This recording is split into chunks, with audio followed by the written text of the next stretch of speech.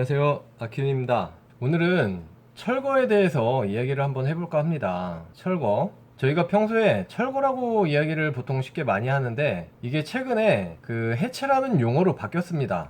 그래서 이제 건축물의 해체 공사 이런 식으로 얘기를 해야 돼요. 근데 이게 하도 철거라는 말이 입에 배가지고 제가 설명을 드리다가 철거라고 이야기를 하더라도 좀 양해를 부탁드리겠습니다. 우리가 이제 건축물을 해체하려는 경우는 두 가지가 있을 것 같아요. 첫째, 그냥 철거. 좀 말이 웃긴데요. 그냥 철거가 있고 신축을 위한 철거가 있을 것 같아요.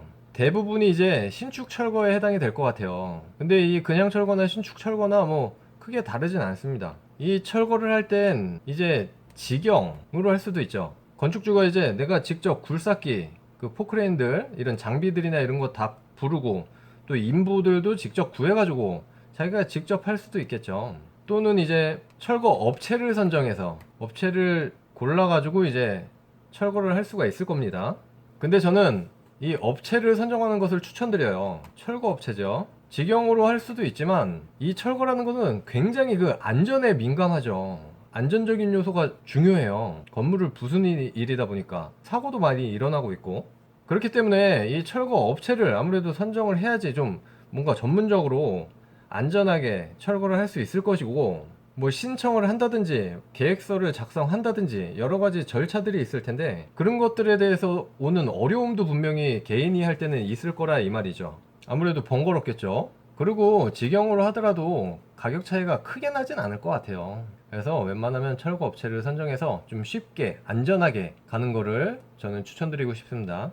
만약에 이렇게 그냥 철거를 하려면 업체를 선정하려고 해도 건축주가 직접 해야 되겠죠. 견적도 직접 받아가지고 여러 업체를 비교해보고 업체를 선정해야 될 것이고, 만약에 신축 철거를 한다 그럼 이제 좀 더 좋아지는 게 건설사가 이제 선정이 된 다음 아니겠습니까? 그럼 이제 철거하는 것까지 건설사한테 다 위임을 하는 거죠. 그럼 건설사가 알아서 자기네가 잘 아는 철거 업체들을 골라가지고 이제 거기에다가 일을 맡기겠죠. 그럼 건축주는 건설사에다가 기본 건축 도구 금액이 있을 텐데 거기에다가 철거비까지, 철거 금액까지 얹혀가지고 이제 계약을 다 해버리면 되겠죠. 그럼 아무래도 더 간단하고 편하겠죠. 부담도 줄 것이고요. 예전에는 지자체 허가권자가 착공 신고를 먼저 한 다음에 철거를 하는 것을 권장을 했습니다. 착공 신고 후에. 왜냐면 이제 개인이 이렇게 뭐 직영으로 철거를 한다든가 아니면 이렇게 철거 업체를 개인이 골라서 할 경우에는 좀 부실한 업체를 만날 수도 있거든요. 그러다가 이제 막 사고가 나고 그러면은 책임질 사람도 없고 하니까 아예 착공 신고 후면은 이제 건설사가 딱 요 내용이에요. 건설사가 선정이 된 직후니까 그런 것들을 이제 건설사가 좀 책임 있게 알아서 하라고, 아무래도 이제 허가권자는 그쪽을 좀 권장할 수밖에 없겠죠.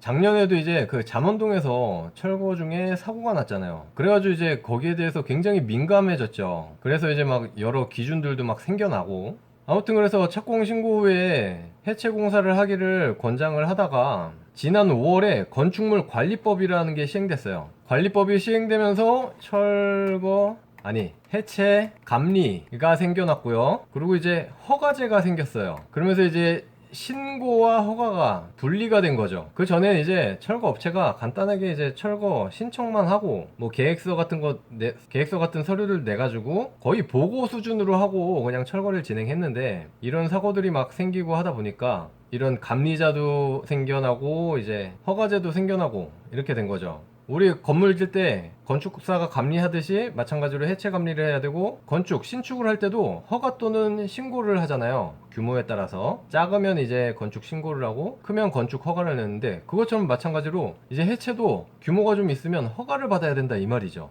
그리고 이 감리자는 규모와 상관없이 이제 무조건 선정을 해야 돼요. 무조건. 그리고 또 이 감리자는 이제 보통 이제 건축사가 감리자라고 똑같이 생각하시면 되고요. 그리고 또 그 이외에도 건축사부나 뭐 건설 기술인도 된다고 하던데, 여기서 중요한 건 해체 교육을 받은 자여야 되는 거예요. 뭐 일정 시간이나 이런 교육 내용들이 있거든요. 그래서 요걸 완료한 건축사 및 등등등을 이제 감리자로 선정을 해야 된다 이거죠. 그리고 또 여기서 해체 허가의 경우에는 허가권자가 감리자를 지정을 해요. 감리자를. 근데 신고일 때는 뭐 건축주 마음대로 교육만 받았으면 감리 대상자 기준에 맞다면 아무나 하고 계약을 할 수가 있는 거죠. 그러면 여기서 허가와 신고의 기준을 한번 알아볼게요. 대상 기준이죠. 먼저 허가는 연면적이 500제곱미터 이상, 그리고 지하를 포함 4개 층 이상, 그리고 그 건물의 높이 12m 이상, 이렇게 될 때가 이제 해체 허가를 받아라, 이런 거죠. 그러면 신고는 뭐냐? 요거보다 작은 거, 허가의 기준보다 작으면 이제 신고가 되는 거죠. 연면적 500제곱미터 미만이 되겠고, 지하 포함해서 3계층 이하가 되겠고, 높이 12m 미만이 되겠죠. 근데 여기에서 한 가지가 더 있습니다. 바로 심의. 바로 이 심의예요, 심의. 이건 그냥 끝판왕이라고 보면 돼요. 더 큰 거, 이건 허가 이전에 그냥 심의를 받아야 되는 거죠. 우리 건축물들도 규모가 어느 정도 있거나 아니면은 경관지구에 있다, 그러면 이제 심의를 건축 허가 전에 득해야 되잖아요. 심의위원들한테 심의를 통과해야 되죠. 이 철거도 마찬가지예요. 그럼 이 심의 대상은 뭐냐? 지상 5층 또는 높이 13m 이상이거나 지하 2층 또는 깊이가 5m 이상일 때, 요럴 때는 이제 심의를 받아야 돼요. 이거는 뭐 더 복잡하겠죠, 절차가. 그래서 이제 서류를 한번 보면요, 물론 이제 그 철거 업체나 이런 데서 준비를 하겠죠. 뭐 건축주가 할 건 없겠죠. 그래도 한번 훑어보면 일단 기본적으로 신고서 작성을 해야 되겠죠. 그리고 또 중요한 게 철거 계획서.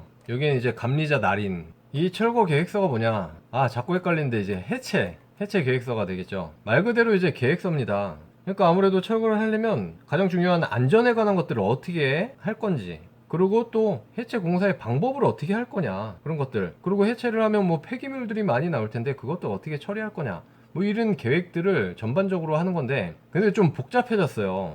허가제가 되면서 까다로워져 가지고 이게 이제 철거 업체들도 막 요새 막 헤매고 있고 완전 난항을 겪고 있습니다. 그리고 지자체마다 뭐 양식도 있어 가지고 거기에 맞춰야 되고, 그 외에 감리자의 검토 확인서도 필요하고, 철거 감리가 있으니까 감리 계약서, 또 중요한 게 하나 있죠. 성면, 몸에 굉장히 해로운 성면 조사 보고서. 건축물을 해체를 하려면 기본적으로 이 성면 조사를 무조건 해야 돼요. 해야 되는데 이제 그 규모나 아니면 설비에 따라서 기관에서 성면 조사를 해야 되는지 아니면 일반 성면 조사를 해도 되는지, 그런 게 정해지고요. 그리고 성면 조사 후 해체를 할 때도 전문 기관에서 해체를 해야 되는 또 기준이 따로 있습니다. 거기에다가 만약에 심의나 허가 대상이면 들어가는 아주 중요한 게 있어요. 구조물 안정성 검토 보고서, 좀 길죠 이름이. 요게 이제 들어가야 돼요.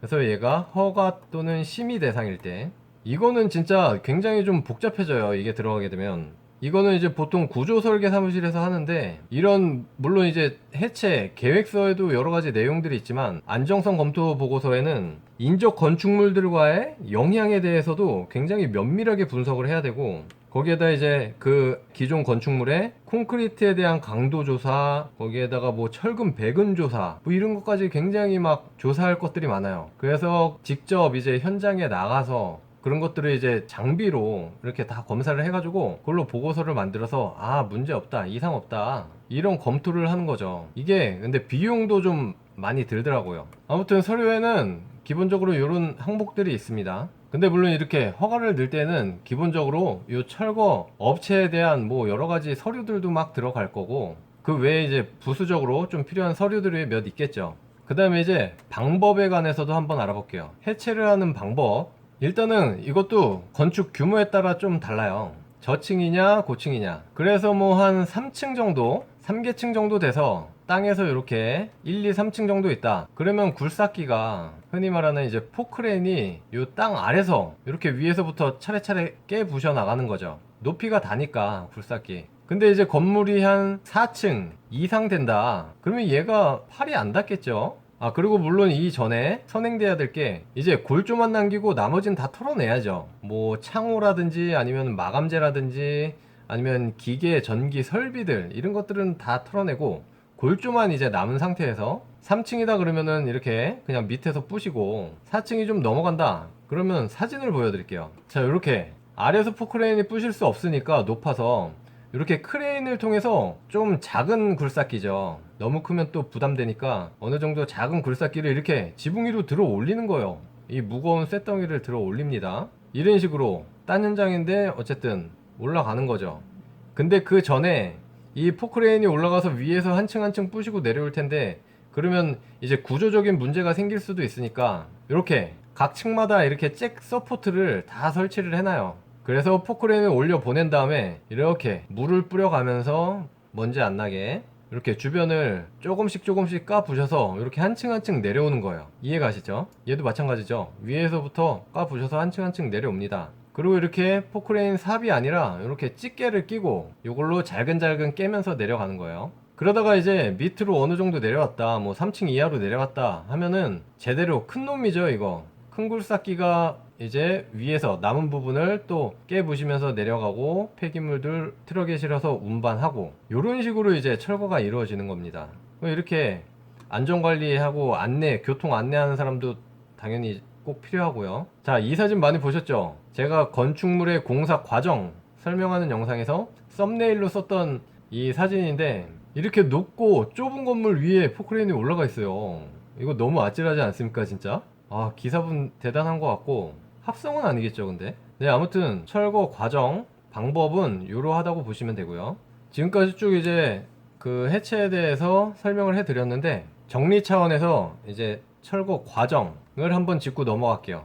신축을 한다고 가정했을 때요, 첫 번째로 이제 직접 하거나 아니면 건설사를 통해서 철거 업체를 선정을 해야 되겠죠. 그러면 이 철거 업체에서 서류들을 준비하면서 뭐 감리 계약도 하고 그리고 뭐 성면 조사도 하고 등등을 하겠죠. 그래서 예정일, 해체 공사 예정일 한 1에서 2주 전 해체 신고 또는 허가 접수를 하겠죠. 그러면 이제 허가권자가 검토를 계속 하겠죠. 그러면서 이제 전문가들이 현장 방문, 서류에 계획서도 들어가고 막 할 거 아니에요? 그런 것들이 이제 올바르게 타당하게 됐는지 이런 것들 주변 여건들 한번 보려고 방문을 하고, 그래서 서류와 이런 것들이 다 검토가 됐다 그러면은 허가나 신고 완료가 될 거고, 그럼 이제 바로 철거 시작이 되는 거죠. 철거를 하면서 이제 감리도 계속 진행이 돼야 될 거고, 또 현장 점검도 나옵니다. 허가권자가 이제 지정한 그런 점검자들이 현장을 방문해 가지고 또 철거 잘하고 있나 중간 점검도 하죠. 굉장히 까다롭습니다. 그래서 지적사항이 있으면 보완도 막 시키고, 그리고 또 심하다, 이건 아니다 싶으면은 공사 중단까지 시키기도 해요. 그래서 공사가 완료되면 완료됐다고 신고를 하죠. 저희가 공사 신축하고 나면 공사 다 했다고 사용승인 신청하는 것처럼 이렇게 완료 신고를 하고 또 필증이 나오고, 그 다음에 이제 건축물 대장 말소를 해야 됩니다. 그럼 이제 이 건물에 대한 건축물 대장은 이제 사라지는 거죠. 그리고 마지막으로 멸실 등기, 최종적으로 이제 이 등기가 정리가 돼야 되는 거예요. 그 다음엔 진짜 본격적으로 신축 공사를 시작하면 되겠죠. 아직 착공 신고가 안 돼 있다면 착공 신고를 먼저 해야겠죠. 네, 이렇게 해서 간단하게 건축물의 해체에 대해서 알아봤습니다. 철거에 대해서 제가 설명을 드리면서 뭐 철거란 말을 많이 썼을 것 같아요. 너무 헷갈리니까. 네, 아무튼 그 양해 부탁드리고, 그리고 또 한참 전에, 오래됐지만 구독자분께서 철거에 대해서 한번 설명을 해달라고 또 요청도 들어왔었거든요. 그래서 법도 좀 바뀌었겠다, 여러가지 기준들이 바뀐 김에 이렇게 한번 설명을 해드렸습니다. 잘 이해가 되셨는지 모르겠고요. 뭐 추가적인 질문이 있으면은 댓글 남겨주시고요. 그리고 이 영상 다음에 추석 연휴가 시작될 것 같은데요. 가족들하고 즐거운 시간 다들 잘 보내시고요. 그 이후에 더 좋은 영상으로 다시 돌아오도록 하겠습니다. 감사합니다.